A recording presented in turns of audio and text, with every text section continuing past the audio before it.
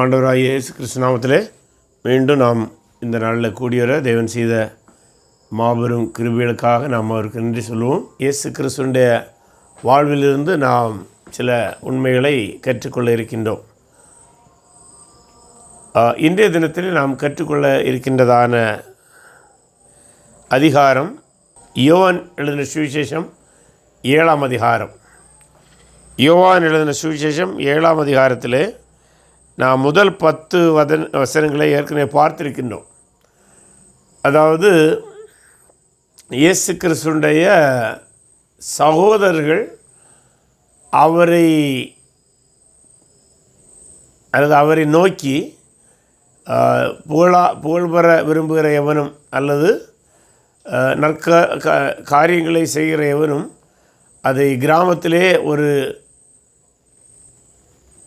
அதிக முக்கியத்துவம் இல்லாத இடத்துல செய்வதை விட எருசலேமில் செய்வது நலமாயிருக்கும். மேலும் அதன் மூலம்தான் எல்லோரும் இந்த ஊழியத்தை குறித்து இன்னும் அதிகமாக அறிய முடியும் என்று கூறி அவரை ஏளனமாக பேசுவது கூட என்று சொல்லலாம். அல்லது அவருடைய ஊழியத்தினால் அல்லது அவருடைய ஊழியத்தின் மீது இவர்களுக்கு முழு நம்பிக்கை இல்லாதபடினால் அப்படி செய்ததாக கூட இருக்கலாம். அதைத் தொடர்ந்து நாம் இன்று 7ஆம் அதிகாரத்தினுடைய மீதியுள்ள வசன பகுதிகளை நாம் தியானிக்க இருக்கின்றோம். இந்த வசன பகுதியிலே எருசலேமில் கூடார பண்டிகையின் போது இயேசுக்கு உண்டான எதிர்ப்பை குறித்து நாம் படிக்க இருக்கின்றோம். அந்த எதிர்ப்பை அவர் எவ்வளமாக தனது கருத்துகளால் அந்த எதிர்ப்பாளர்களுக்கு பதில் கொடுத்தார் என்பதை நாம் இந்த 7ஆம் அதிகாரத்தில் பார்க்க இருக்கின்றோம். இந்த யோவான் 7ஆம் அதிகாரத்தை பொதுவாக சில அறிஞர்கள் 3ஆக பிரிப்பார்கள். அதாவது கூடார பண்டிகைக்கு முன், கூடார பண்டிகையின் போது, கூடார பண்டிகைக்கு பின் என்று 3 பகுதிகளாக இதை பிரிப்பார்கள். அப்படி பார்க்கும்போது முதல் 10 வசனங்களையும் ஏகதேசம் முதல் 9 அல்லது 10 வசனங்களை வரை கூடார பண்டிகைக்கு முன் நடந்த நிகழ்வாக பார்க்க முடியும். 10லிருந்து 44வது வசனம் வரை உள்ள பகுதிகளை பண்டிகையின் போது நடந்த நிகழ்வாக பார்க்க வேண்டும். 45லிருந்து அந்த அதிகாரம் முடிய, குறிப்பாக 52 முடிய, 53 சேர்த்து கூட சொல்லலாம், தவறொன்றும் இல்லை. கூடார பண்டிகைக்கு பின் நிகழ்வாக பார்க்க வேண்டும். ஆகவே இந்த 7ஆம் அதிகாரத்தை நீங்கள் மனதில் வைக்க விரும்புகிறீர்களாயில் அது இவ்வண்ணமாக மனதில் கொள்வது எளிதாக இருக்கும். ஒன்று, கூடார பண்டிகைக்கு முன்பு, கூடார பண்டிகையின் போது, கூடார பண்டிகை பின்பு என்று புரிந்து கொண்டால் இந்த 7ஆம் அதிகாரத்தை நாம் புரிந்து கொள்வது எளிதாக இருக்கும். இந்த கூடார பண்டிகை குறித்து நாம் ஏற்கனவே பல இடங்களில் சிந்தித்திருக்கின்றோம். எனினும் இந்த இடத்துல நினைவு ஊட்டுவது நன்றாக இருக்கும். இஸ்ரேல் மக்கள் வனாந்தரத்திலே 40 ஆண்டுகள் வாழ்ந்த வரலாற்று நிகழ்வை நினைவுகூர்ந்து தேவன் தங்களை எவனமாய் வழிநடத்தி வந்தார் என்பதை இஸ்ரேல் மக்கள், குறிப்பாக அடுத்த தலைமுறைகள் மறந்துவிடக்கூடாது என்பதற்காக இந்த கூடார பண்டிகையை அனுசரிப்பார்கள். அறிஞர்களுடைய கூற்றுப்படி இஸ்ரேல் மக்களுடைய பண்டிகைகளிலே இது கடைசி பண்டிகையாக வருகிறது என்றும் சொல்வார்கள். அதாவது ஆண்டு கணக்கின்படியில், அது ஆண்டு கணக்கீடு என்பது ஒரு வகையான ஆண்டு கணக்கீடு. ஏன்னா யூதல் மத்தியிலும் 2 கணக்கீடுகள் இருக்கிறதாக நான் படித்திருக்கின்றேன். ஆண்டே அவர்கள் 2 விதமாக கணக்கிடுவார்கள். ஒரு புஸ்தகத்தில் ஒரு முறை படிக்கும்போது யூதர்கள் 3 விதமான ஆண்டுகளை கணக்கிடுவதாக படித்திருக்கின்றேன். அவைகளை நாம் தேவையான இடங்களில் பிற்காலங்களில் பார்க்கலாம். இப்போது ஒரு பொது தகவலாக மட்டும் வைத்துக்கொள்வோம். யூதர்களுடைய பண்டிகையில் இந்த கூடார பண்டிகை வரலாற்று நிகழ்வை நினைவு கூறக்கூடியதாக இருக்கிறது. இந்த கூடார பண்டிகையிலே இவர்கள் கூடாரம் அடித்து எருசலேம் பகுதியிலே பொதுவாக தங்கியிருப்பார்கள்.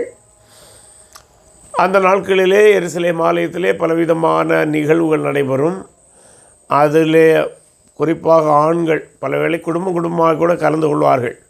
ஆக கூடார பண்டிகை நெருங்கி வந்தபடினாலே கலிலேயா பகுதியில் வாழ்ந்து வந்த இயேசு கிறிஸ்துடைய குடும்பத்தார் அவர்கள் கூடார பண்டிகைக்கு போவதற்கு தயாராகிறார்கள். இயேசுவிடம் எந்த விதமான தயாரிப்பும் அவர்கள் காணவில்லை.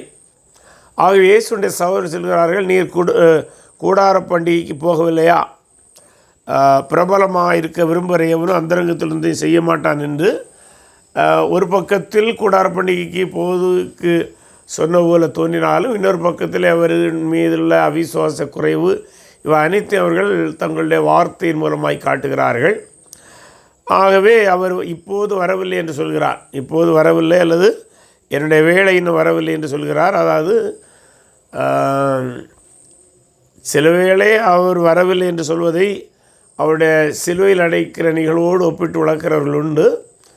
அல்லது இந்த இம்மிடியட் கான்டெக்ஸ்ட் இந்த வசன பகுதியுடைய நெருங்கிய தொடர்பை பார்க்கும்போது அவர் கூடார பண்டிகைக்கு உடனடியாக போவதை தான் குறிப்பிட்டார் என்றும் கருத முடியும். எப்படி இருந்தாலும் அவர்களுக்கு அவர் நேரடியாக பதிலளிக்காமல் அவர்களுடைய அவிசுவாசத்தின் நிமித்தம் அவர்களுக்கு ஞானமாக பதிலளிக்கின்றார். அதாவது இவருடைய திட்டங்களை முழுவதும் அவர்களுக்கு அந்த நேரத்தில் வெளிப்படுத்தவில்லை.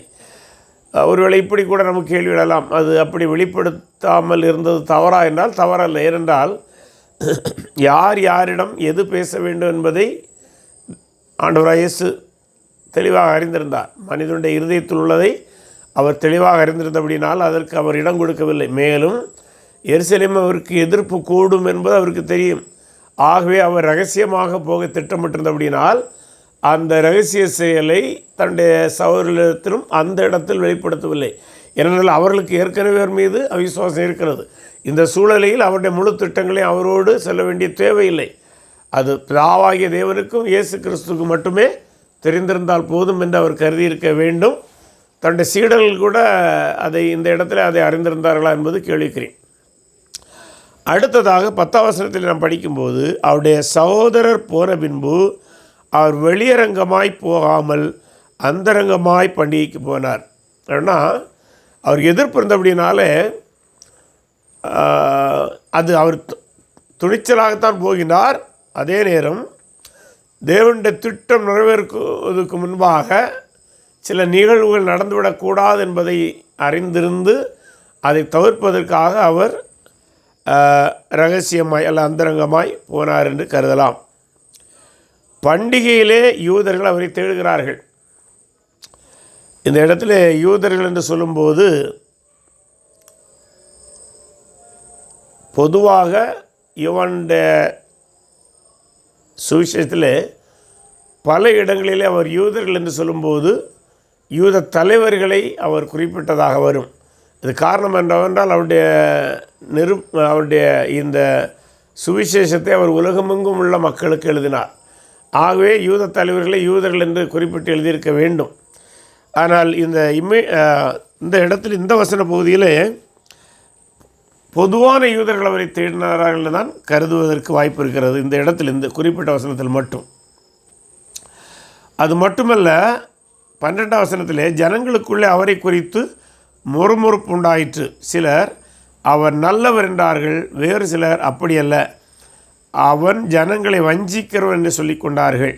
ஆனாலும் யூதருக்கு பயந்ததினாலே ஒருவரும் அவரை குறித்து தாராளமாய் பேசவில்லை. இந்த 13ஆம் வசனத்தில் இருக்கிற யூதர்கள் யூத தலைவர்களை குறிக்கிறார். அதனால தான் அந்த வார்த்தை பதங்களிலே சற்று கவனமாக இருக்க வேண்டியது இருக்கிறது. இந்த இடத்துல யூத தலைவர்களுக்கு பொதுமக்களாகி யூதர்கள் பயந்தபடியினாலே இயேசு கிறிஸ்துவை குறித்து சில காரியங்களை வெளிப்படையாக அவர்களே பேச தயங்கினார்கள். ஏனென்றால் இயேசுவுக்கு ஆதரவாய் பேசினால் சில வேளை அவர்களை ஜெபாலயத்தை விட்டு தள்ளி வைத்தார்கள். இயேசு இதற்கு முன்பு ஒரு அற்புதத்தை எருசலேமில் செய்தபோது அதுதான் நடந்தது. அவனை விசாரித்தார்கள். அவனை அந்த இதை விட்டு ஜெபாலயத்தை விட்டு நீக்குவதற்கு முயன்றார்கள். ஆகவே இப்படிப்பட்ட வீண் பிரச்சனைகளை தவிர்ப்பதற்காக பொதுமக்கள் யூத தலைவர்களுக்கு பயந்து அவரை குறித்து வெளிப்படையாக பேசுவதை, குறிப்பாக அவருக்கு ஆதரவாய் பேசுவதை தவிர்த்து வந்தனர். தொடர்ந்து நம்ம படிக்கும்போது பாதி பண்டிகையான போது என்று பார்க்கிறோம். பாதி பண்டிகை என்று சொல்லும்போது இந்த கூடார பண்டிகையை 7 நாள் அனுசரித்தார்கள். யோசபஸ் என்கிற அறிஞர் அவருடைய காலத்திலே இதை 8 நாட்கள் அனுசரித்தார்கள் என்று சொல்லியிருக்கின்றார். ஒரு முறை நான் ஒரு புஸ்தகத்தில் படித்தேன், கூடார பண்டிகையை அவர்கள் அதிகபட்சமாக 10 நாட்கள் வரை அனுசரிப்பது வழக்கம் என்றும் படித்திருக்கின்றேன். ஆனால் அவைகளெல்லாம் ஒருவேளை சில விதிவிலக்குகளாக அவர்கள் செய்திருக்கலாம். ஆனால் பொதுவாக 7 நாட்கள் அதை தீவிரமாக அனுசரிப்பார்கள். அந்த 7 நாட்களுக்கும் விசேஷமான சடங்குகள் உண்டு. ஒரு பக்கம் மக்கள் கூடாரத்திலே வாசம் செய்து கொண்டிருப்பார்கள், மறுபக்கம் இந்த ஆசாரியர்கள் என்ன செய்வாங்கன்னா 7 நாளும் சீலோவாம் என்கிற குளத்திலிருந்து தண்ணீரை ஒரு பொற்கலசலத்திலே கொண்டு வந்து அதை இந்த எருசலேம் ஆலயத்தில் இருக்கிறதான பலிபீடத்தை சுற்றி விடுவார்கள். இது ஒரு விசேஷித்த நிகழ்வாக கருதப்படும். அதுபோல் இந்த நிகழ்வுகள் பலிகள் நடக்கும். இந்த தண்ணீரை கொண்டு வருகிற ஆசாரியர்களுடைய மண்டபத்துக்கு அருகில் வரும்போது இன்னொரு குழு ஆசாரியர்கள் அவருடைய சேர்ந்து திராட்சரசத்தை கலசங்களிலே கொண்டு வருவார்கள். இவைகளெல்லாம் அவர்கள் ஒரு பக்தி சிரத்தையோடு ஒரு சடங்காக அனுசரித்து வருவார்கள். அவைகள் ஒவ்வொன்றுக்கும் ஒரு காரண காரியங்களை பொருளையும் அவர்கள் கற்பித்திருந்தார்கள். குறிப்பாக இந்த கூடார பண்டிகையின் போது இந்த சீலோவாம் குளத்திலிருந்து பொற்கலசங்களிலே தண்ணீரை கொண்டு வந்து இந்த பலிபீடத்தை சுற்றி விடும்போது அந்த தண்ணீர் புரண்டு அந்த இடத்தை சுற்றி ஓடும். அது அவர்கள் எதை நினைவு கூர்ந்ததென்றால், வனாந்திர பயணத்திலே வந்தபோது மோசே அந்த கோலினால் அந்த பாறை அடித்த போது அதிலிருந்து தண்ணீர் வந்ததல்லவா, அந்த தண்ணீர் அவருடைய தாகத்தை தீர்த்ததுன்னு நாம் பார்க்கின்றோம். அவனமாக தாகம் தீர்க்கப்பட்ட சூழலிலே அதை நினைவுகூறுவதற்காக இதை செய்தார்கள்ங்கிறது ஒன்று. அதற்கு இன்னொரு விளக்கத்தையும் கொடுத்தார்கள். அது ஒரு புதிய விளக்கம் என்று சொல்லலாம். அது என்னவென்றால், இந்த தண்ணீர் சுற்றி ஓடுவது நாட்டிலே மழை பெய்ய போவதற்கான ஒரு ஆசீர்வாதத்தின் அடையாளமாய் கருதினார்கள். ஆகவே இந்த கூடார பண்டிகைக்கு மக்களை அழைப்பதற்காக ஆசாரியர்கள் ஒரு கற்பிதத்தை கொடுத்தார்கள், ஒரு கற்பிதத்தை சொல்லியிருந்தார்கள். அது மோசேயுடைய ஆகமத்தில் அவைகள் சொல்லப்படவில்லை என்று நினைக்கின்றேன். ஆனால் பாரம்பரியமாக ஒரு கற்பிதம் இருந்தது. என்னவென்றால், இந்த கூடார பண்டிகைக்கு அந்த தண்ணீரை விடுவதை காணும்போது கண்டால்தான் நீங்கள் போதுமான மழையை நீங்கள் இருக்கிற கிராமங்களிலே உங்கள் விளைச்சல் நிலையங்களிலே பெற முடியும் என்று ஒரு கற்பிதத்தை சொன்னபடியினால், கூடிய மட்டும் விவசாய தொழில் செய்கிறதான பொதுவாக எல்லா யூதர்களும் வர வேண்டும். குறிப்பாக விவசாயம் செய்கிற எந்த வாலிபனும் யூதனும் வராமல் இருக்க மாட்டார்கள். ஏனென்றால், ஒருவேளை நாம் இந்த கூடார பண்டிகையின் போது அந்த தண்ணீர் விடுகிற நிகழ்வை காண்பதை தவிர்த்து விட்டோம் என்றால் நமக்கு விளைச்சல் இல்லாமல் போய்விடும், நம்முடைய பகுதியிலே மழை இல்லாமல் போய்விடும். இப்படியெல்லாம் கருதி பயங்கரமான பக்தி சிரத்தையோடு யூத ஆண்கள் அதிலே கலந்து கொள்வார்கள். இவ்விதமாக வெகு விமர்சையாக 7 நாட்கள் கொண்டாடப்படும். இந்த 7 நாட்களுடைய மத்தியிலே தான், அதாவது 3 நாட்கள் 7 நாட்கள் என்று எடுத்துக்கொண்டோம் என்றால் 3ஆம் நாள் முடிந்து இயேசு வந்திருக்க வேண்டும். அதனால்தான் பாதி பண்டிகையான போது இயேசு தேவாலயத்துக்கு போய் உபதேசம் பண்ணினார். அப்படின்னா இந்த சடங்குகளெல்லாம் நடந்து கொண்டிருக்கவும், இன்னொரு பகுதியிலே பலவிதமான ரபிமார் இருந்து மோசேயுடைய நியாயப்பிரமாணத்தை குறித்து கற்றுக் கொடுத்து கொண்டே இருப்பார்கள். மக்கள் அவர்களோடு தங்களுக்கு தேவையான கேள்விகளை கேட்டு அதற்கான பதிலையும் பெற்றுக்கொள்வார்கள். ஆகவே அதுவும் ஒரு நிகழ்வாக எருசலேம் ஆலயத்திலும் எருசலேமை சூழ்ந்திருக்கிற பகுதியிலும் நடக்கும். ஆகவே இயேசு இந்த வாய்ப்பை பயன்படுத்தி இவரும் போதிக்க ஆரம்பிக்கின்றார். அப்பொழுது யூதர்கள் இவர் கல்லாதவராய் இருந்தும் வேத எழுத்துக்களை எப்படி அறிந்திருக்கிறார் என்று ஆச்சரியப்பட்டார்கள். இந்த இடத்துல கல்லாதவர் என்று சொன்னால் அவர் எதுவுமே படிக்கவில்லை என்ற பொருளை நாம் அறிந்து கொள்ளக்கூடாது. ஏன்னா பல வேளைகளில் இந்த வசனத்தை விளக்குகிறவர்கள் அல்லது பிரசங்கிக்கிறவர்கள் இயேசு படிக்கவே இல்லை என்கிற ஒரு கருத்தை முன்வைப்பார்கள். அதை படிக்கவே இல்லை என்று நாம் ஒரு வாதம் செய்ய வேண்டிய தேவையில்லை. பொதுவாக யூத இளைஞர்கள் சிறு வயதிலிருந்தே எபிரேய எழுத்துக்களை படித்திருந்தார்கள். கிரேக்க பகுதியில் இருந்த யூதர்கள் கிரேக்க எழுத்துக்களை படித்திருந்தார்கள், அராமியத்தையும் படித்திருந்தார்கள். ஆக அவர்களுக்கு எழுத படிக்கவே தெரியாத ஒரு யூதன் இருந்தான் என்று நாம் கருத வேண்டிய தேவையில்லை. ஆனால் கல்லாதவராக இருந்துங்கிற பொருள் என்னவென்றால், பொதுவாக இவனமாய் வேத வசனத்தை கற்றுக் கொடுக்கிற ரபிமார்கள் அதற்கு முன்பு ஏதாவது ஒரு பெரிய ரபியிடம் சென்று அவருக்குரிய கட்டணத்தை கட்டி அவரிடமிருந்து மோசேயுடைய நியாயப்பிரமாணத்தை கற்றுக்கொள்வார்கள். அப்படி கற்றுக்கொண்டு போதிக்கிற வழக்கம் இருந்தது.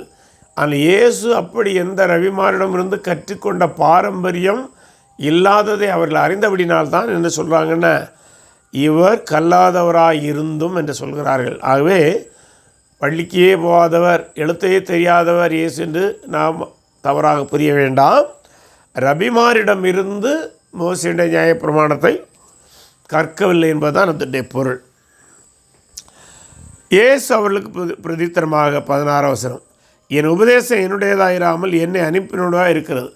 அப்போது இதற்கு தான் ஆண்டவர் பதில் கொடுக்கும்போது 2 பதிலை கொடுக்கின்றார். அதாவது 2 விதமான தன்னுடைய செயலுக்கு அர்த்தத்தை கொடுக்கிறார். காரணம் என்னென்னா, இவருடைய போதனையை குறித்து ஆச்சரியப்பட்டது ஒரு பக்கம், இன்னொரு பக்கம் இவரை குறித்து பல கேள்விகள் எழுந்ததல்லவா. இவருக்கு இந்த அதிகாரத்தை கொடுத்தது யார்? ஏன்னா பொதுவாக ரபிமார் போதிக்கும் போது என்ன செய்வாங்கன்னா, நான் இந்த ரபி சொன்னதை சொல்கிறேன், அந்த ரபி சொன்னதை சொல்கிறேன் என்று முன்னால் தனக்கு முன்பால் வாழ்ந்த தன்னுடைய குரு போன்ற ரபிமாருடைய கருத்தை சேர்த்தே சொல்லுவாங்க. மோசேயுடைய ஆகமத்தை விளக்கும்போது மோசேயுடைய ஆகமத்துக்கு இதுதான் பொருள் என்று ஏதாவது ரபி சொன்னதை மேற்கோள் காட்டுவாங்க. இதுதான் உங்களோட வழக்கமாக இருந்தது. இயேசு அப்படி சொல்லாமல் நேரடியாக தன்னுடைய கருத்தை போல அதை பதிவு செய்தபடினாலே தான் அந்த கேள்வி எழுகிறது. அதுதான் சொல்லாது, என்னுடைய உபதேசம் என்னுடையதல்ல, நீங்கள் கருதுகிற மாதிரி ஏதோ ஒரு ரபியுடையதும் அல்ல. அப்படியான என்னுடைய போதனை எங்கிருந்து வந்தது? என்னுடைய போதனை என்னை அனுப்பினிடமிருந்து வந்தது. அப்படின்னா மற்ற ரபிமார் தங்களுக்கு மேலான ரபிகளை தங்களுடைய போதனைக்கு அதிகாரமாக மேற்கோள் காட்டினார்கள். இயேசு தன்னுடைய போதனைக்கு அதிகாரமாக பிதாவையே அவர் அதிகாரமாய் காட்டுகின்றார். அது வித்தியாசமான ஒன்றாக இருக்கிறது. மேலும் தொடர்ந்து படிக்கும்போது, அவருடைய சுத்தத்தின்படி செய்ய மனதுள்ளவனவனோ அவன் இந்த உபதேசம் தேவனால் உண்டாயிருக்கிறதோ நான் சுயமாய் பேசுகிறேன் என்று அறிந்து கொள்வான். சுயமாய் பேசுகிறவன் சுய மகிமையை தேடுகிறான், தன்னை அனுப்பினவர் மகிமை தேடுகிறவனோ உண்மையுள்ளவனாக இருக்கிறான், அவனிடத்தில் அநீதி இல்லை. அதனால தான் சொன்னார், நான் என் மகிமையை தேடாமல் என்னை அனுப்பினுடைய மகிமையை தேடுகிறேன். அவன் என்ன சொல்லார்? சுயமாய் பேசுகிறவன் எனக்கெல்லாம் தெரியும், நான் பல ரபியிடமிருந்து கற்றவன் என்று பெருமைப்படுத்துவதற்காக தன்னையே மகிமைப்படுத்துவான். நான் அப்படி பேசலை, அதனால தான் என்னை அனுப்பினவரை மகிமைப்படுத்தும்படி பேசுகின்றேன். ஆகவே என்னுடைய போதனை பிதாவிடம் இருந்து வந்தது. நான் என்னுடைய போதனையை கேட்டு நீங்கள் அதிலே ஆச்சரியப்படுவீர்களாயினால் அந்த மகிமையை, அந்த கனத்தை நான் எடுக்கவில்லை, அதை பிதாவுக்கே கொடுத்து விடுகிறேன் என்று சொல்கிறார். இவனமாக இயேசு பிற ரபிகளிடமிருந்து தன்னை முற்றிலும் வேறுபடுத்தி காண்பித்தார். தொடர்ந்து படிக்கும்போது, மோசே நியாயப்பிரமாணத்தை உங்களுக்கு கொடுக்கவில்லையா? அப்படி இருந்தும் உங்களில் ஒருவர் அந்த நியாயப்பிரமாணத்திலும் நடக்கிறதில்லை. நீங்கள் ஏன் என்னை கொலை செய்ய தேடுகிறீர்கள் என்றார். இப்போது இது ஒரு முக்கியமான ஒரு கட்டம் என்று கூட சொல்ல முடியும். ஏன்னா அவங்க இவரை கொலை செய்ய தேடுகிறவர்கள் யூத தலைவர்கள் என்ன சொன்னாங்க? நாங்கள் மோசேயுடைய ஆகமத்துக்கு முக்கியத்துவம் கொடுக்குறோம், உன்னுடைய போதனையெல்லாம் எங்களுக்கு தேவையில்லை என்று சொன்னாங்க. ஆக அவர்களை மடக்குவதற்காக சொல்கிறாரு, சரி நீங்கள் மோசேயுடைய நியாயப்பிரமாணத்தின்படி நடக்கிறதென்றால் நீங்கள் எப்படி என்னை கொலை செய்யலாம், அல்ல என்னை கொலை செய்வதற்கு தேடலாம்? ஏனென்றால் மோசேயுடைய 10 கட்டளை என்ன சொல்கிறது? கொலை செய்யாதிருப்பாயாக என்று சொல்கிறது. கொலை செய்யாதிருப்பாய் என்று வேதவசனம் தெளிவாய் சொல்லும்போது, மோசேயுடைய நியாயப்பிரமாணம் தெளிவாய் சொல்லும்போது, நீங்கள் எந்த தவறும் செய்யாத என்னை எதற்காய் கொலை செய்ய தேடுகிறீர்கள்? சரியான கிடிக்குப்படி கேள்வி என்று சொல்ல முடியும். அதற்கு 20 வசனம், ஜனங்கள் அவருக்கு பிரதித்திரமாக, ஜனங்கள் என்று சொல்லும்போதுங்க மக்கள் கூட்டம் மட்டுமல்ல, யூத தலைவர்களும் உட்பட, நீ பிசாசு பிடித்தவன் என்று சொல்கிறாங்க. இதே குற்றச்சாட்டை யோவான் ஸ்நாபகன் மீது இந்த மக்கள் சொன்னாங்க. இங்கே இயேசு மீதும் அதே குற்றச்சாட்டை சொல்கிறாங்க. உன்னை கொலை செய்ய தேடுகிறவன் யார் என்றார்கள். ஒன்றும் தெரியாத போல பேசுகிறாங்க. இயேசு அவர்களை நோக்கி, ஒரே கிரியை செய்தேன், அதை குறித்து எல்லோரும் ஆச்சரியப்படுகிறீர்கள். இது எந்த கிரியைன்னா, இப்போது இயேசு எருசலேமில் வந்து எந்த அற்புதத்தையும் செய்யவில்லை இதுவரை.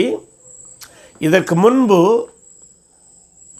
யோவான் எழுதின சுவிசேஷம் 5ஆம் அதிகாரத்தில் பெதஸ்தா குளத்தினருக்கு ஒருவனை குணமாக்கினாரல்வா, அதைத்தான் இப்போ அவங்க கொட்டுறாரு. அதை கண்ட நீங்கள் ஆச்சரியப்பட்டீங்க. அதில் தானே உங்களுக்கு எனக்கு மேலே பிரச்சனை. ஏன்னா எனக்கு புகழ் வந்தபடினாலே உங்களுக்கு எரிச்சல் வந்து விட்டதல்லவா. அதான் தொடர்ந்து சொன்னார், நான் இன்றைக்கு சுகப்படுத்தினபடினாலே, அதுவும் ஓய்வு நாளாக இருந்தபடினால் அதை காரணம் காட்டி என்னை குற்றம் சொல்லிட்டுக்கிறீங்க. ஆனால் நீங்கள் என்ன செய்கிறீங்க தெரியுமா? 22ஆம் வசனம், விருத்த சேதனம் மோசேனால் உண்டாயிராமல் பிதாக்களால் உண்டாயிற்று, பின்பு மோசே அதை உங்களுக்கு நியமித்தான். இல்லையா? மோசேயுடைய நியாயப்பிரமாணம் வருவதற்கு முன்பாகவே ஆபிரகாம் காலத்திலே விருத்த சேதனம் கொடுக்கப்பட்டாயிற்று. ஆனால் மோசே அதை நியாயப்பிரமாணமாய் கொடுத்தான். நீங்கள் ஓய்வு நாளிலும் மனுஷனை விருத்த சேதனம் பண்ணுகிறீர்கள். மோசே நியாயப்பிரமாணம் மீறப்படாதபடிக்கு ஓய்வு நாளில் மனுஷன் விருத்த சேதனம் பெறலாம் என்றால், நான் ஓய்வு நாளில் ஒரு மனுஷனை முழுவதும் சுகமாக்கினதினாலே என்மேல் எரிச்சலாக இருக்கலாமா? தோற்றத்தின்படி தீர்ப்பு செய்யாமல் நீதியின்படி தீர்ப்பு செய்யுங்கள். என்ன சொல்லாரு? இந்த யூதர்கிட்ட இன்னொரு வழக்கம் இருந்தது. யூத தலைவர்கள் இந்த மோசேயுடைய நியாயப்பிரமாணத்தின்படி அல்லது அந்த ஆண்டவர் விருத்த சேதனத்தை கொடுத்தபோது 8ஆம் நாளிலே விருத்த சேதனம் செய்வது வழக்கம். இப்போ ஒரு குழந்தை பிறந்து 8ஆம் நாள் ஓய்வு நாளில் வந்தாலும் அன்னைக்கு விருத்த சேதனம் செய்துட்டு சொன்னாங்க, இது ஆண்டோடைய கட்டளை மீறுவதில்லை, ஏன்னா நம்ம அதை கடைபிடிக்கிறோம் என்று சொல்லி ஓய்வு நாளில் 8ஆம் நாள் வந்தாலும், அதாவது பிறந்த 8ஆவது நாள் ஓய்வு நாளில் வந்தால் கூட அந்த நாளில் தானே விருத்தனை செய்தார்கள். செய்துவிட்டு அதை செய்வது தவறல்ல என்றார்கள். அதான் ஆண்டவர் கேட்குறாரு, சரி நீங்கள் 8ஆவது நாள் விருத்த சேதனம் செய்வது தவறல்ல என்று நீங்கள் கருதும்போது, நான் சக யூதனுக்கு பல ஆண்டுகளாய் துன்பப்பட்டு வந்த ஒரு மனிதனுக்கு நன்மை செய்வது மட்டும் குற்றமாகிவிடுமா? நீங்கள் ஓய்வு நாளிலே விருத்த செய்வது வேலை என்று கருதுகிறீர்கள்.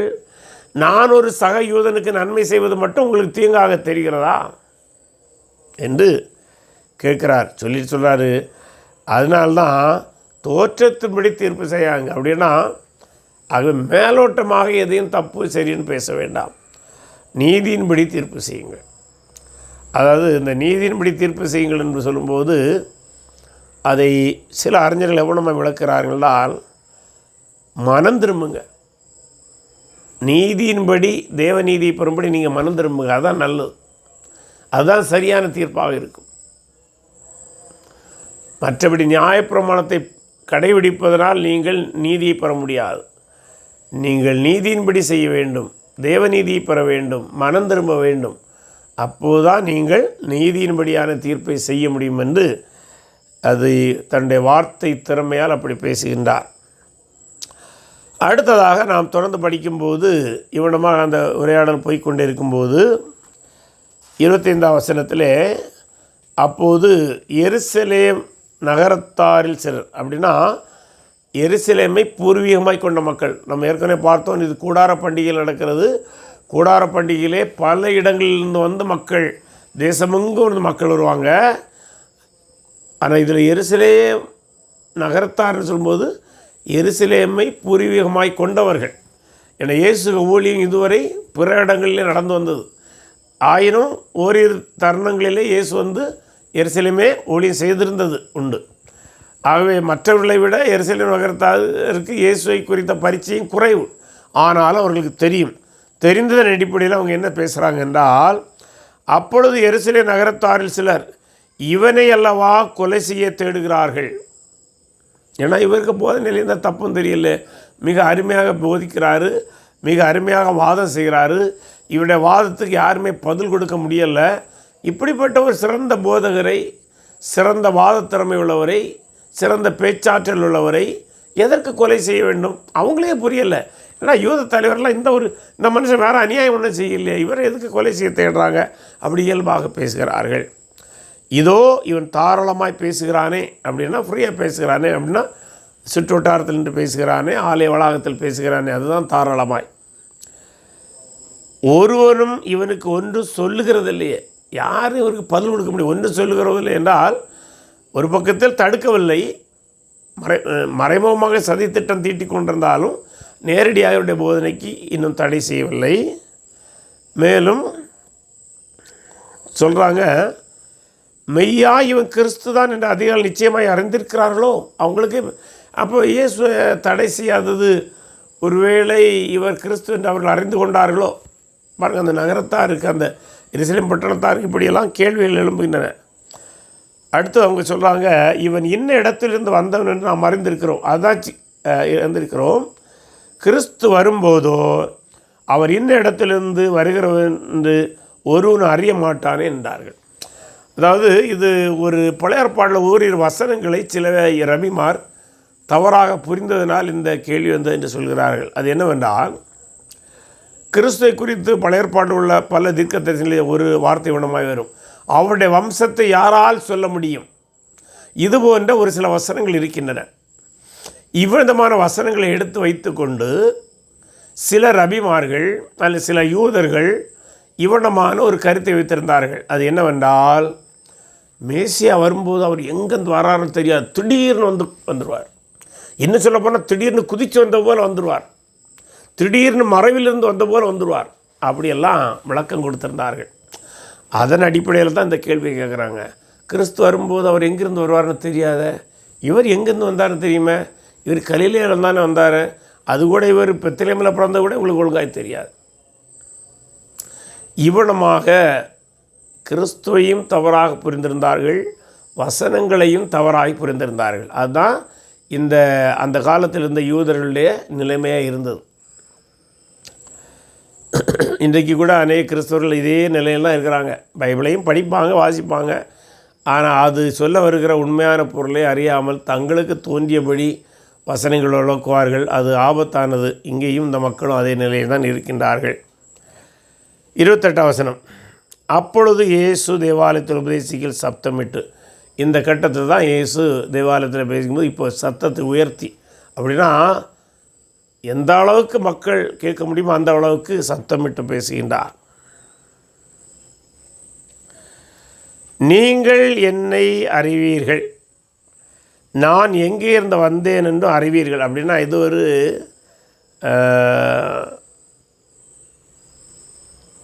உண்மையாக இவர்கள் அறிந்ததாக அவர் பேசவில்லை என்றால், இவர் பெத்லகேம் வந்தது அவர்களுக்கு தெரியாது. அவர்கள்ட்ட புரிதல் என்னது, இவர் கலிலேயிலிருந்து வராரு, நாசரேத்திலிருந்து வராரு, அப்படி தானே நீங்கள் அறிஞ்சிருக்கிறீங்க, அப்படியெல்லாம் உங்களுக்கு தெரியும்.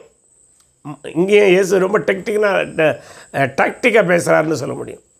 உங்களுக்கு தெரியும் நான் எங்கேருந்து வந்தேன்னு உங்களுக்கு தெரியும். இதுதான் டோன். ஆக்சுவலாக இயேசுக்கு டோன் இப்படி தான். நான் எங்கேருந்து வந்தேன்னாலும் உங்களுக்கு தெரியும்.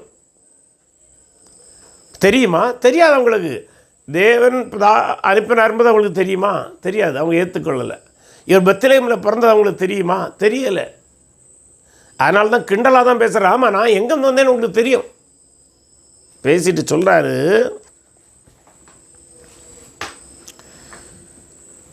நான் சுயமாய் வரவில்லை. ரொம்ப முக்கியம், நான் சுயமாய் வரவில்லை. இதில் ஒரு பெரிய ஆழமான இறையியல் பொருளும் இருக்கிறது. இயேசுடைய பர்த்து, வாழ்க்கை, இது அனைமே இறை திட்டப்படி, தேவ திட்டப்படி, பிதாவின் சித்தப்படி நடந்தது. அதனால தான் சொல்லாரு, நான் சுயமாக வரவில்லை. என்னை அனுப்பினவர் சத்தியமுள்ளவர். பாருங்க, திரும்ப போகிறார். என்னை அனுப்பினவரப்போ என்னுடைய இஷ்டத்துக்கு நான் இங்கே வந்து எதையும் செய்யலை.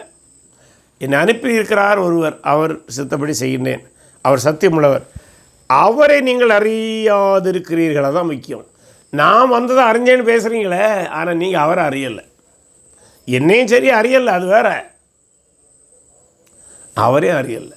அடுத்து சொல்கிறாரு, நான் அவரால் வந்திருக்கிறபடினாலும் அவர் என்னை அனுப்பியிருக்கிறபடினாலும் நானே அவரை அறிந்திருக்கிறேன் என்றார். அது ரொம்ப முக்கியமானது. நீங்கள் பிதாவை அறியல, ஏதோ மேலோட்டமாக நான் என்னை குறித்து அறிஞ்சதாக பேசுகிறீங்க. ஆனால் அது கூட முக்கியம் இல்லை. என்னை அறிந்திருந்தால் கூட தவறில்லை. ஆனால் நீங்கள் அறிய வேண்டியவரே அறியவில்லை. அறிய வேண்டியவரை அறியாதபடியினாலே அவர் அனுப்பின என்னையும் நீங்கள் அறியவில்லை. இப்போ என்ன பதில் சொல்லாரு? அப்போ என்னை நீங்கள் சரியாக அறியலை, என்னை அறியாமலே அறிந்திருப்பதாக பேசிக்கொள்கிறீர்கள். ஆனால் நான் அவரை அறிந்திருக்கிறேன். அவர் யார்? அவர் சத்தியமானவர், உண்மை உள்ளவர், தேவன், படைத்தவர், பிதா என்பதை நான் அறிந்திருக்கின்றேன். அப்பொழுது அவரை பிடிக்க வகைதேடினார்கள். இப்போது இதை கேட்டால் விடுவாங்களா? மீண்டும் அவரை பிடித்து விசாரிப்பதற்காக தலைவர்கள் வாய்ப்பை தேடுறாங்க. ஏன்னா இப்போல்லாம் வாய்ப்பு இருக்குது. மக்கள் கூடியிருக்கிறனால யார் இயேசு சார்பில் இருக்கிறாங்க, இயேசு யாரை எதிர்ப்பார்கள்ங்கிற தலைவர்களுக்கு யூத தலைவர்களுக்கு ஒரு கேள்விக்குறி. ஒருவேளை நம்ம பிடிக்க போய் கும்பலே அவருக்கு பக்கத்தில் இருந்து நமக்கு ஆபத்தாகி விடக்கூடாது என்பது தான் ரொம்ப தந்திரமாக தான் அவங்களும் ஒவ்வொரு ஸ்டெப்பாக எடுக்கிறாங்க. ஆனாலும் அவருடைய தேவேளை இன்னும் வராதபடியினால் இந்த இடத்துல வேலை என்பது அவர் சிலுவையிலே பாடுபட்டு மரித்து உயிர்த்தெழுகிற வேலையைத்தான் குறிக்கும் என்று பெரும்பான்மையான அறிஞர்கள் ஏற்றுக்கொள்கிறார்கள். ஆகவே அவருடைய வேலை இன்னும் வராதபடினாலே அவர் மேல் கை போடவில்லை, ஒருவரும் அவர் மேல் கை போடவில்லை. ஜனங்களில் அநேகர் அவரை விசுவாசித்து, இந்த கட்டத்தில் அந்த கூட்டத்தில் இந்த போதனையெல்லாம் கேட்டார்கள் அல்லவா, அதில் ஒரு சிலர் மீண்டும் அவரை விசுவாசிக்கின்றார்கள். கிறிஸ்து வரும்போது இவர் செய்கிற அற்புதங்களை பார்க்கிலும் அதிகம் செய்வாரோ என்றார்கள். இது ஒரு முக்கியமான கட்டம். அவர் விசுவாசித்தாங்க, ஆனால் இன்னும் மேசியாவாக அவரை விசுவாசிக்கவில்லை. ஏதோ பழைய ஏற்பாட்டில் எலியா, எலிசா போன்றவர்கள் அற்புதம் செய்தார்கள் அல்லவா, அதுபோல் ஒரு மாபெரும் அற்புதத்தை செய்கிறவர் இங்கே இருக்கின்றார். அப்போ கிறிஸ்து வரும்போது இன்னும் பெரிய அற்புதங்களை செய்வாரோ என்று கேட்டுக்கொண்டார்கள். இதில் இந்த கிறிஸ்து வரும்போது ஏராளமான அற்புதங்கள் நடக்கும் என்று பழைய ஏற்பாட்டிலே சில வசனங்கள் இருக்கின்றன. உடவன் குணமாவான்கிற வசனங்கள் எல்லாம் இருக்கின்றன, ஏசாயாவில் இருக்கின்றன. ஆனால் சில ரபிமார்கள் என்ன போதித்தார்கள் என்றால், இயேசு திடீரென தோன்றுவது மட்டுமல்ல, அவர் அற்புதங்கள் செய்ய மாட்டார், வெறும் போதனை தான் கொடுப்பார், ராஜ்யத்தை அமைப்பார் என்று மட்டும் மேலோட்டமாய் போதித்தார்கள். ஆனால் சில ரபிமார் அற்புதங்கள் செய்வார் என்று போதித்திருந்தார்கள். ஆகவே இந்த கருத்தை நம்பினவர்கள் தான் கேட்குறாங்க, இவர் செய்கிறதை விட கிறிஸ்து வரும்போது இன்னும் அதிகமான அற்புதங்களை செய்வாரோ? அதெல்லாம் அப்போ கிறிஸ்து வரும்போது அற்புதங்கள் நடக்கும் என்று நம்பினவர்கள், ஆனால் இங்கே அற்புதங்களை செய்து கொண்டிருக்கிற இயேசுவை கிறிஸ்து என்று இன்னும் சரியாக அறியவில்லை. குறைந்தபட்சம் இப்போது தீர்க்கதரிசியாக விசுவாசிக்கிறார்கள். இந்த 40வது வசனத்திலும் இந்த கருத்து வரும். இந்த இடத்துல 40ஆம் வசனத்தை ஒரு தடவை படிப்போம். ஜனங்களில் அநேகர் இந்த வசனத்தை கேட்டபோது மெய்யாகவே இவர் தீர்க்கதரிசியானவர் என்றார்கள். வேறு சிலர் இவர் கிறிஸ்து என்றார்கள். வேறு சிலர் கிறிஸ்து கலிலேயாவில் இருந்தால் வருவார், இப்படியெல்லாம் கேள்வி. அப்போ அடிக்கடி இந்த கேள்வி அந்த கூட்டத்தில் கேட்டுக்கொண்டே தான் இருக்கிறார்கள். அடுத்த தொடர்ந்து போவோம். 32ஆம் வசனத்திலிருந்து நாம் படிக்கும்போது இந்த இயேசு இந்த உரையாடல்களை தொடர்ந்து போகிறது. மக்கள் அடுத்த கட்டத்தில் உரையாடுகிறார்கள். என்னவென்றால், ஜனங்கள் அவரை குறித்து இப்படி முறுமுறுக்கதை பரிசேயர் கேட்டபோது, இந்த இடத்துல பரிசேயர்கள் என்பது யூத தலைவர்களில் ஒரு வகையினர், முருகை கேட்டபோது அவரை பிடித்து கொண்டு வரும்படிக்கு பரிசேயரும் பிரதான ஆசாரியரும் செய்வரை அனுப்பினார்கள். இந்த இடத்துல பாருங்கள், பரிசேயர்கள் என்பது தூதர்களை நம்புவார்கள், உயிர்த்தெழுதலை நம்புவார்கள். சதுசேயர் என்பவர்கள் இவை ரெண்டே நம்ப மாட்டாங்க. இந்த பரிசேயரும் சதுசேயரும் ஒரு விதத்திலே கருத்தின் அடிப்படையிலே தங்களை ஒருவருக்கு ஒரு எதிரிகளாக கருதுவார்கள்.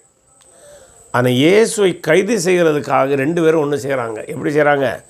பரிசேயரும் பிரதான ஆசாரியரும். ஏன்னா இந்த பிரதான ஆசாரியர் சார்ந்த ஆலயத்தை நிர்வகிக்கிற பெரும்பான்மையோர் சதுசேய குழுவை சேர்ந்தவர்கள். இவங்க எல்லாம் ஒன்று சேர்றாங்க. சேர்ந்து அப்பொழுது இயேசு அவர்களை நோக்கி, இன்னும் கொஞ்சம் காலம் இந்த சேவர்கள் அனுப்புகிறாங்களா, டெம்பிள் போலீஸ், ஆலயத்தை காக்கிற காவலர் அனுப்புகிறார்கள். அவர்களை நோக்கி அவர் சொல்லார், இன்னும் கொஞ்ச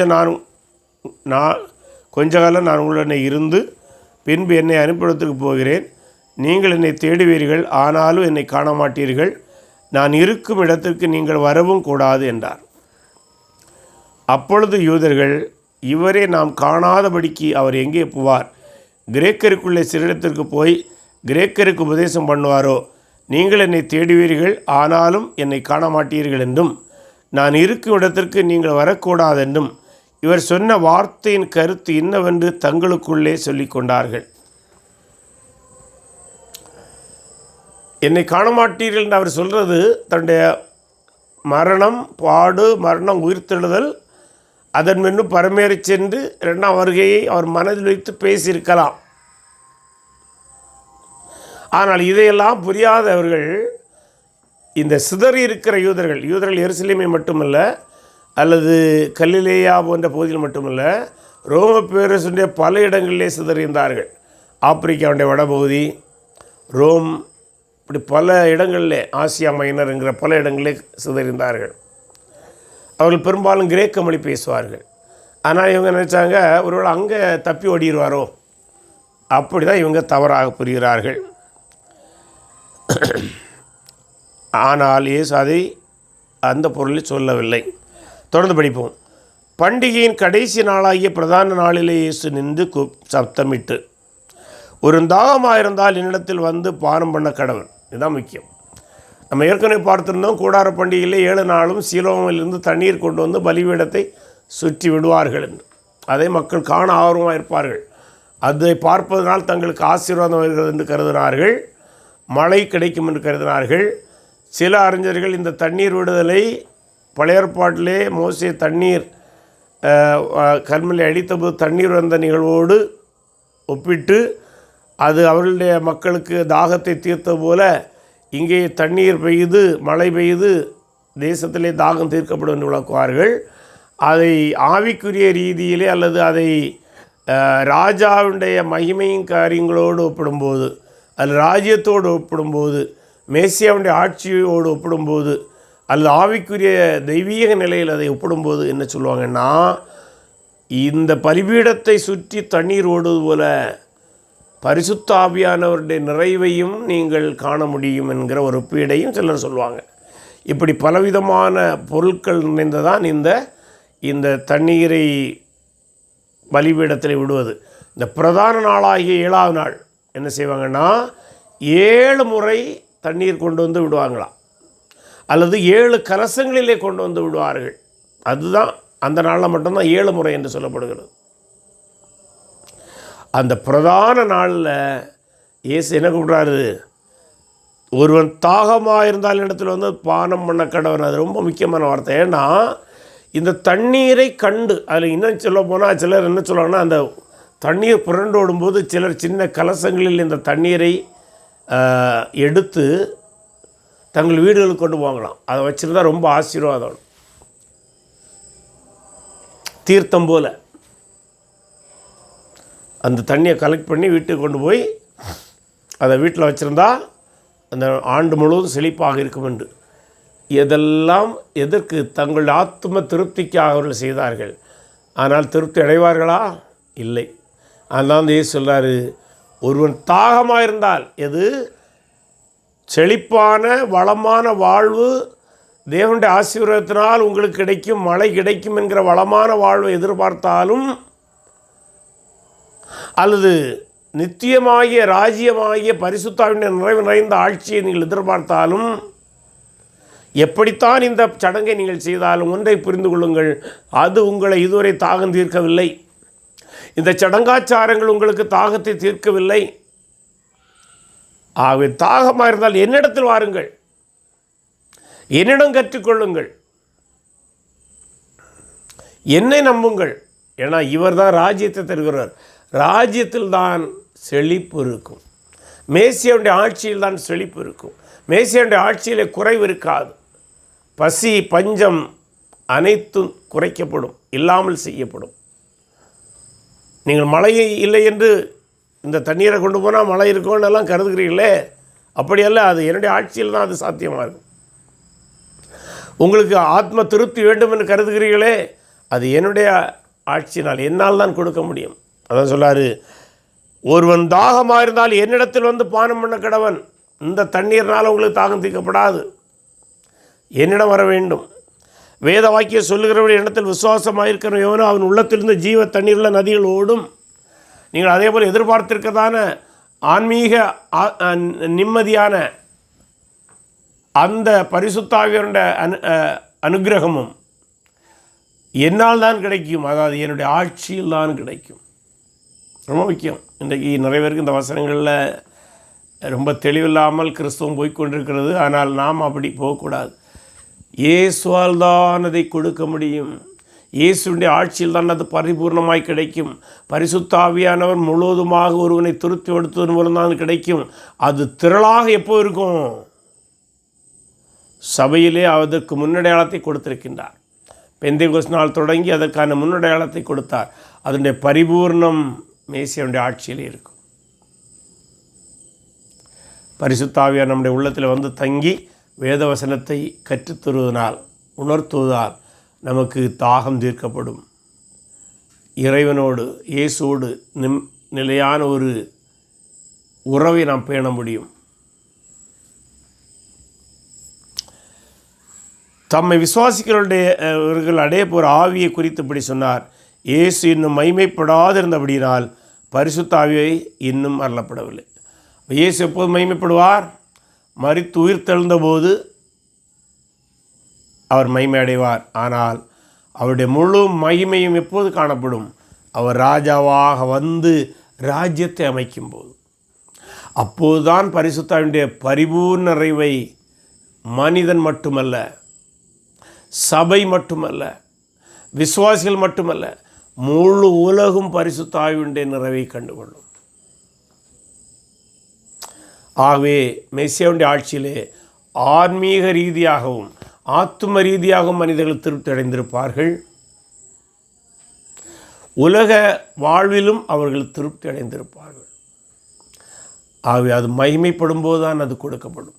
அவர் உயிர்த்தெழுந்து அவர் ராஜ்யத்தை அமைக்கும் போது அது கொடுக்கப்படும். அதற்கு முன்னடையாளமாக சபையை பெந்தேகோஸ்து நாளிலே ஸ்தாபித்த போது அதனுடைய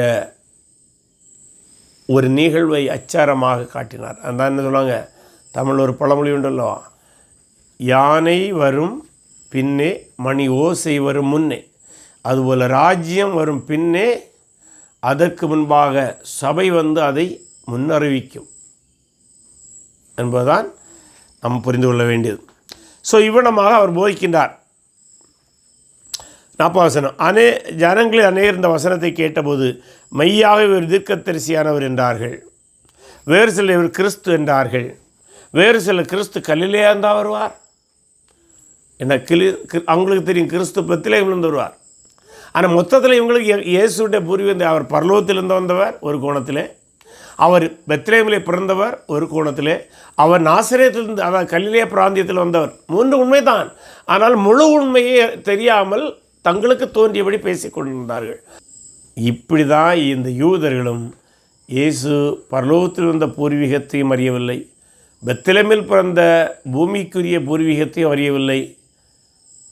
அறியாமல் குழப்பிக்கொண்டிருந்தார்கள். அறிய விரும்பவும் இல்லை. மேலோட்டமாக எல்லாம் பார்த்தாங்க. இன்றைய கிறிஸ்தவம் அப்படி தான், பைபிளையும் சரியாக படிக்கிறது இல்லை, மேலோட்டமாக எல்லாமே நடந்து கொண்டிருக்கும். அது ஆத்மாவை திருப்திப்படுத்தாது. அதனால தான் ஆண்டவர் சொல்லார், தாகமாக இருக்கிறவங்கள என்னிடத்துல வாருங்க, நீங்கள் வேத வசனத்தை முறையாக படிங்க, அதுதான் உங்கள் ஆத்மாவை திருப்திப்படுத்தும், வேறு எதுவும் திருப்திப்படுத்தாது. சரி, அடுத்ததாக தாவீதின் சந்ததியிலும் தாவீது இருந்த பெத்லகேம் ஊரிலிருந்து கிறிஸ்து வருவார் என்று வேத வாக்கியம் சொல்லவில்லையா என்றார்கள். அது நமக்கு தெரியும். இவ்விதமாக அவரை குறித்து ஜனங்களுக்குள்ளே பிரிவினை உண்டாயிற்று. ஜனங்களுக்குள்ளே இவருக்கு ஒரு சப்போர்ட், எதிர்ப்பு எல்லாம் மாற்றுக்கிறது. அவர்கள் சிலர் அவரை பிடிக்க மனதாக இருந்தார்கள், ஆயிலும் ஒருவனும் அவர் மேல் கைப்படவில்லை. பிடிக்க திட்டமிடுறாங்க, ஆனால் அந்த பேச்சில் மயங்கிடுறாங்க. பாம்புக்கு மகுடி மாதிரி அவங்க பேசி பிடிக்க வந்த சேவரே பிடிக்காமல் போயிடுறாங்க. அதுதான் தொடர்ந்து படிக்கும்போது, பின்பு அந்த சேவர் பிரதான ஆசாரியத்திற்கு பரிசேடத்துக்கு திரும்பி வந்தார்கள். இவர்கள் அவர்களை நோக்கி நீங்கள் அவனை ஏன் கொண்டு வரவில்லை என்று கேட்டார்கள். யார்? யூத தலைவர்கள். சேவர் பிரதித்திரமாக, அந்த மனுஷன் பேசுகிற போல ஒருவனும் ஒரு காலம் பேசினாங்க. அவங்களே இவருக்கு பேச்சில் மயங்கிட்டாங்க. ஆனால் விசுவாசிக்கலை. பேச்செல்லாம் நல்லது, உண்மை தான் நல்லது இல்லையா? இன்றைக்கி அநேக மக்கள் வேதவசனம் தெளிவாக ஒரு பக்கம் வேதவசனம் தவறாக பிரசங்கிக்கப்படுகிறது, அது நமக்கு வேதனை தான். ஆனால் இயேசு கிறிஸ்து இரட்சகர் மரித்து அடக்கம் பண்ணப்பட்டார், உயிர்த்தெழுந்தான்கிற செய்தியை பொதுவாக எல்லோரும் தெளிவாக சொல்கிறார்கள். ஆனால் அதை கூட விசுவாசிக்காமல் வாழ்கிற பலர் இருக்கின்றார்கள். அதான் பேச்செல்லாம் கேட்குறாங்க, கன்வென்ஷனுக்கெல்லாம் போவாங்க. அதே போல் அந்த சேவருடைய கதை. அப்பொழுது பரிசேயர், நீங்களும் வஞ்சிக்கப்பட்டீர்களா? நீங்களே வஞ்சிக்கப்பட்டுட்டீங்களா?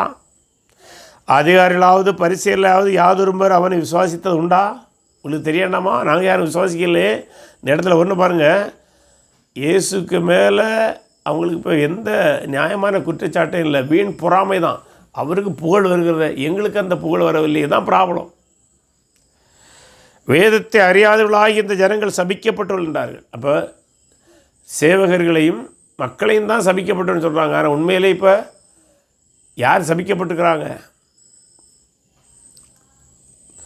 ராத்திரியிலே அவிடத்துக்கு வந்தவனும் அவிடத்தில் வரும் நான் நிற்கியது வருவன் அவர்களை நோக்கி, 3ஆம் அதிகாரத்திலே இவன் முன்னில் பார்த்தமெல்லாம் நிற்கதோமு, அவன் போதனையில் சிறந்தவன், அவனுடைய போதனைக்கு எருசலேமில் அந்த பயங்கர மதிப்பு உண்டு.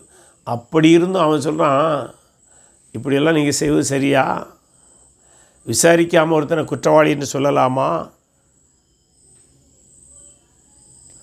51. ஒரு மனுஷன் சொல்வதை கேட்டு அவன் செய்களை அறிவதற்கு உண்மை அவனை ஆக்கினைக்குட்படுத்தலாம் என்று நம்முடைய நியாயப்பிரமாணம் சொல்லுகிறதா என்ன கேட்டான். குற்றவாளி என்று தீர்த்து விட்டு ஒருவனை அணுகுவது சரியா? அவனை விசாரிக்க வேண்டாமா? அவனுடைய செய்களையெல்லாம் மதிப்பிட வேண்டாமா என்று மறைமுகமாக இயேசுக்கு ஆதரவாய் பேசுகின்றான். அது பேசுகிற மறைமுகமாக ஆதரவு பேசல, நியாயப்பிரமாணத்தின்படி சரியாகத்தான் பேசுகின்றான். அதற்கு அவர்கள், நீரும் கலிலேயனோ? இவரை கிண்டல் அடிக்கிறான். கலிலேயாவில் ஒரு தீர்க்கதரிசி எழும்புறதில் நீங்கள் ஆராய்ந்து பாரும் என்றார்கள். கலிலேயாவிலிருந்து தீர்க்கதரிசியே வரமாட்டாங்க என்று இந்த எருசலேம் என்ற யூத தலைவர்கள் ஏளனமாய் பேசுவது உண்டு. ஆனால் சரித்திரத்தை ஆய்வு செய்த சில அறிஞர்கள், சிலரில் பல அறிஞர்கள், எனக்கு இப்போ அந்த பேர் மறந்து போச்சு, எலியா அல்லது எலிசா நினைக்கின்றேன், அவரில் ஒருவர் இந்த பிராந்தியத்திலிருந்து வந்தவர் என்று கருதப்படுகிறது. அது அந்த எல்லையோரங்களிலிருந்து நாகும் தீர்க்கதரிசியும் கலிலேயா பகுதியில் இருந்து என்று நம்பப்படுகிறது. ஆகவே கலிலேயிலிருந்து எந்த நல்ல போதனும் வரமாட்டான்ங்கிற கருத்தே தப்பு. ஆண்டவர் அங்கிருந்தும் நல்லவர்கள் எழுப்பியுள்ளார். ரெண்டாவது, இயேசுக்கு பூர்வீகமும் கலிலேயாவும் கிடையாது, அது உலக அளவிலே பார்த்தாலும் பெத்லகேம். இப்படி யூத அறிஞர்கள் பல இடங்களிலே தவறு செய்தவர்களாக இருந்தார்கள். பின்பு அவரவர் தங்கள் வீட்டுக்கு போனார்கள். இப்படி 7ஆம் அதிகாரம் முடிகிறது. இந்த வசன பகுதியில் தலைமைத்துவ பண்பாக இருக்கும்போது எடுத்துக்கொள்வதாக இருந்தால், ஒரு தலைவன் எந்த விதமான எதிர்ப்புகளையும் அவன் சரியாக இருக்கும்போதே எதிர்ப்புகளை குடும்பத்திலிருந்தும் சமூகத்திலிருந்தும் தலைவரிடமிருந்து எதிர்கொள்ள வாய்ப்பு இருக்கிறது. ஆகவே கிறிஸ்தவ தலைவர்கள் இவளை இயேசுடைய வாழ்விலிருந்து எதிர்ப்புகளை எவ்வளமாய் பக்குவமாக அணுகிறதுங்கிற அணுகுமுறையை நாம் கற்றுக்கொள்ள வேண்டும்.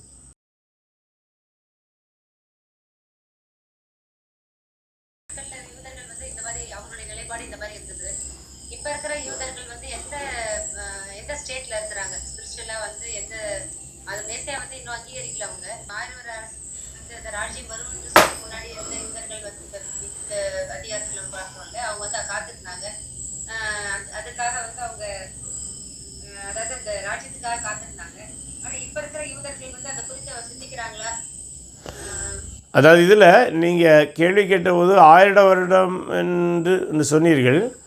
1000 வருடம் என்கிற அந்த புரிந்து கொள்ளுதல், அந்த போதனை புதிய ஏற்பாட்டிலிருந்து சபையுடைய பார்வையிலிருந்து நாம் அறிகின்றதான ஒரு பார்வை. மற்றபடி யூதர்கள் மேசியாவுடைய ஆட்சி நீடித்த ஆட்சி, நிலையான ஆட்சி என்று கருதுகிறார்கள், நல்லாட்சி என்று கருதுகிறார்கள். ஆனால் 1000 வருடம் நிலையாக இருக்கும் என்கிற கருத்து அவர்களுக்கு எல்லோரிடம் இருக்கிறதா என்பது கேள்விக்குறி. ஆகவே யூதர்கள் எல்லோரும் அப்படி, அதாவது எல்லா யூதர்களும் மேசியாவுடைய ஆட்சி வரும் என்பதை நம்பினார்கள். ஆனால் அது 1000 ஆண்டுகளா என்பதில் அவர்களுக்கு தெளிவான கருத்து இருந்ததாக அறிய முடியவில்லை. அது புதிய ஏற்பாட்டிலே தெளிவாக ஆக்கப்பட்டுள்ளது. அவை சபைதான் அதை அப்படி பார்க்கிறது. அதிலும் சில கிறிஸ்தவர்கள் அந்த கருத்தை ஏற்றுக்கொள்வதில்லை. அதை நாம் புரிந்து கொள்ள வேண்டும். இரண்டாவது, இன்றைக்கு எல்லா யூதர்களும் அப்படி நம்புகிறார்கள் என்றால் இல்லை. இன்றைக்கும் எல்லா யூதர்களும் அப்படி நம்பவில்லை. வேதாங்கத்தை அப்படியே, குறிப்பாக பழைய ஏற்பாட்டை அப்படியே நம்புகிற தீவிர யூதர்களிலே பலர் மேசியாவுடைய ஆட்சி பூமியிலே சொல்லப்பட்டமாக இருக்கும் நம்பலாம். மற்றபடி யூதர்களிலே பலவிதமான நம்பிக்கையுடையவர்கள் இருக்கிறார்கள். எப்படி சரிசெயர் பதிசெய்தார்களோ அதுபோல் இன்றைக்கும் பல பிரிவினர் இருக்கின்றார்கள். கடவுள் நம்பிக்கை இல்லாத யூதர்கள் இருக்கிறார்கள். ஆகவே நாம் இன்றைக்கு பார்த்த மேசியாவுடைய ராஜ்யம் ஆட்சி அனைத்தையும் எல்லா யூதர்களும் நான் நம்புகிறபடியே நம்புகிறாள் என்று நாம் கருத தேவையில்லை. அவைகளிலும் பல கருத்துக்கள் இருக்கின்றன. ஆனால் கணிசமான யூதர்கள் மேசியா பூமியில் ஆட்சி அமைப்பாருங்கிறதை நம்புகிறார்கள்.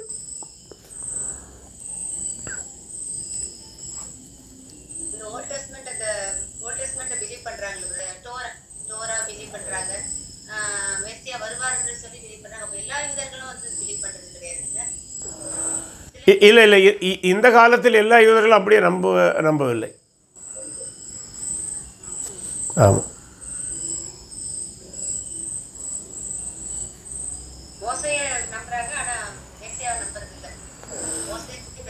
ஆமாம். மோசே ஆனால் சொல்லியிருந்தார் இல்லையா, உபாகமும் 18ஆம் அதிகாரம் 15 மற்றும் 18ஆம் வசனங்களை படிக்கும்போது தேவன் என்னை போன்ற ஒரு தீர்க்கதரிசி உங்களுக்கு ஏற்படுத்துவார் என்று சொல்லியிருந்தார். அதை எதிர்பார்க்கிறார்கள். ஆனால் அவர் வந்தபோது சரியாக புரியவில்லை. அதுதான் துர்ப்பாக்கியமான நிலை.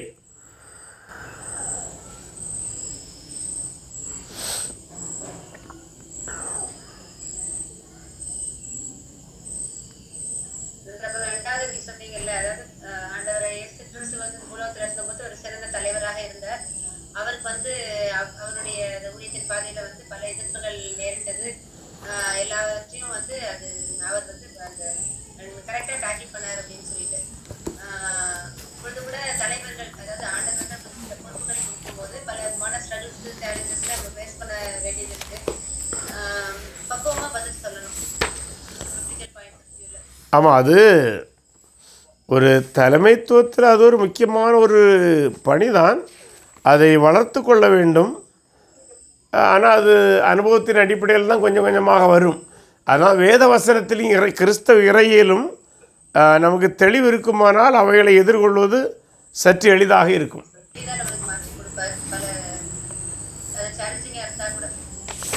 நிச்சயமாக. ஆமாம், நம்ம வேத வசனத்தில் தெளிவாக இருக்கும்போது எந்த விதமான எதிர்ப்புகள் எந்த கோணத்தில் வந்தாலும் அது அந்த சேலஞ்சஸை நம்மால் எதிர்கொள்ள முடியும். அதில் மாற்றுக்கருத்தே கிடையாது. அதனால தான் இன்றைக்கி சமூகத்தில் நம்முடைய கிறிஸ்தவத்துக்கு எதிராக வருகிற கருத்துக்களை கூட பலவேளை பலர் பதில் செய்ய முடியவில்லை. போன வாரத்தில் என்னோடு ஒரு நண்பர் பேசி கொண்டிருந்தபோது சொன்னார், பலரிடம் வேத வசனங்களை குறித்து கேள்வி கேட்டால் தெளிவாக பதில் சொல்லாமல் மழுப்பலாக சுற்றி வளைத்து பேசுகிறார்கள் என்று சொன்னார். அது காரணம் என்னவென்றால், இதுதான் முறையான கிறிஸ்தவ அறிவு அல்லது பைபிள் அறிவு இல்லை, கிறிஸ்தவ சரித்திர அறிவில்லை, கிறிஸ்தவ இறையியல் அறிவில்லை. இந்த குழப்பங்கள் குறைவாக இருக்குமானால், குழப்பங்கள் என்றால் இந்த குறைபாடுகள் இருக்குமானால், குழப்பம் என்று சொல்வதோடு இந்த குறைபாடுகள் வேதாகம அறிவு, கிறிஸ்தவ இறையியல் நம்பிக்கை அறிவு, கிறிஸ்தவ சரித்திர அறிவு, சபை சரித்திர அறிவு என்று வைத்துக்கொள்ளலாம். இவைகள் குறைவாக இருக்கும் பட்சத்தில் ஒரு மனிதனால் சாதாரணமான ஒரு கிறிஸ்தவனோ அல்ல இன்னொரு புறம் மதத்தவனோ கேட்குற கேள்விக்கு தெளிவான பதில் கொடுக்க முடியாது. துரதிர்ஷ்டவசமாக இன்றைக்கு சபைகள் அதற்கு முக்கியத்துவம் கொடுப்பதில்லை. ஆனால் கடந்த 15-18 நூற்றாண்டுகளை படித்தீங்கன்னா எல்லா காலத்திலும் சபை இறையியலை போதிப்பதற்கு ஒரு முக்கியத்துவம் கொடுத்தது.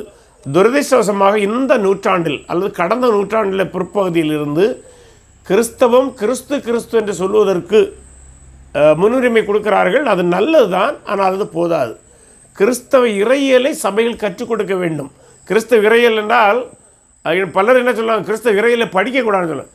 கிறிஸ்தவ இறையியல் என்பது வேறு எதுவும் இல்லை. கிறிஸ்தவ இறையியல் என்பது கிறிஸ்தவர்கள் நம்முடைய நம்பிக்கை, நாம் எதை நம்புகிறோம் தொகுப்பு தான். ஆனால் துரதிர்ஷ்டமாக அதை யாரும் அது ஏதோ இறையியல் படிப்பதை தவறென்று பிரசங்கிக்க ஆரம்பித்துட்டார்கள். இந்த சாம்சன் பால்ங்கிற ஒரு மனிதர், சாக்பூரன் போன்றவர்களெல்லாம் இறையியல் கல்லூரி படிப்பதை அவர் உற்சாகப்படுத்துவதில்லை. அவர்களை மட்டும் நம்ம குறை சொல்ல வேண்டிய தேவையில்லை. இன்னும் பலர் இருக்கிறாங்க. நான் இந்த பேரை எதுக்கு சொல்கிறேன்னா, அவங்களுடைய கருத்துக்களிலே அந்த விதமான கருத்துக்கள் வருவதை நான் கவனித்திருக்கிறேன். அவைகளை நாம் சற்று அவர்களோடு நம்ம வேண்டுகோள் விடுக்கணும். நீங்கள் இப்படி சொல்லாதுங்க, இறையியலை கற்றுக் கொடுங்க, உங்களுக்கு வருகிறவங்களுக்கும் நீங்கள் கிறிஸ்தவ அடிப்படை நம்பிக்கைகளை கற்றுக் கொடுங்கள் என்று அவர்களுக்கும் நம்ம வேண்டுகோள் எடுக்க வேண்டும். அவர்களை பின்பற்றுகிறவர்களுக்கும் நம்ம அந்த வேண்டுகோளை கொடுக்க வேண்டும். நாமும் நம்முடைய சபை மக்களுக்கு கிறிஸ்தவ இறையியல், வேதாகம அறிவு, வேத வசனத்தை இறையியல் அடிப்படையில் பார்ப்பது போன்றவைகளை கற்றுக் கொடுக்க வேண்டும். சபைகள் வந்து ரொம்ப பரிதாபமான ஒரு நிலைமையில தான் இருக்குது. எஸ்பெஷலி வந்து மெயின்லைன் சர்ச்சஸ்லாம். இன்னைக்கு வந்து ஒரு கிறிஸ்டியன்ட்ட பேசிட்டு இருந்தேன். அவங்க வந்து ஒரு சிஎஸ் இந்த கேத்தீட்ரல் சர்ச் தான் போறாங்க. ஆனா அவங்களுக்கு வந்து தொடர்ந்து வந்து மோகன் லாசரஸ், அதுக்கப்புறம் இங்க ரத்தனபால்னு சொல்லி அந்த கோர்ட் ஆஃப் பிரேயர்ஸ் இருக்குல்ல, அங்க அப்புறம் போஸ்ட் ஆஃப் பிரேயர்ஸ் எல்லா சர்ச்சஸ்லயும் வாலண்டியர்ஸா இருக்காங்க, ஊழியர்கள்ல கலந்துக்கிறாங்க. அவங்க செய்யற அதாவது வாலண்டியர் அந்த ஊழியர்கள்ல வாலண்டியர்ஸா வந்து ஹெல்ப் பண்றாங்க, ஃபண்டிங் பண்றாங்க, ஃபண்ட் ரேஸ் பண்றாங்க, எல்லாமே பண்ணியிருக்காங்க. ஆனா பேசிக்கா கேட்டா ரட்சிப்பு பத்தி கேட்டா அவங்க ரட்சிக்கப்பட்டிருக்காங்கன்னு தெரியல.